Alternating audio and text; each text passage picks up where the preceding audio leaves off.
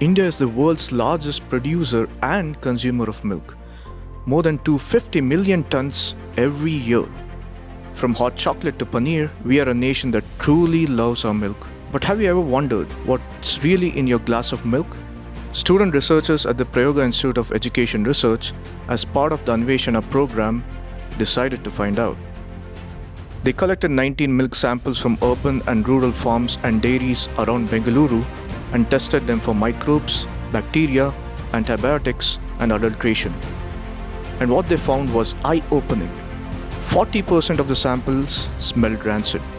26% looked dirty or discolored. More than half, 53%, contained adulterants like carbonates and bicarbonates. In raw milk, 86% had bacterial counts above legal limits. Even pasteurized milk wasn't perfect. 40% showed yeast or mold growth. And here's the real shocker.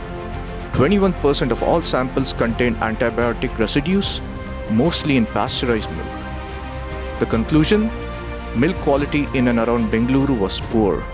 Even branded or treated milk often failed safety standards.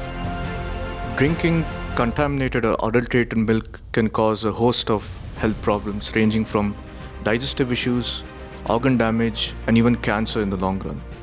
That's why monitoring and quality control are important to ensure that we drink fresh, healthy milk. So, the next time you pour yourself a glass of milk, take a moment to think about where it came from and why maintaining milk safety truly matters.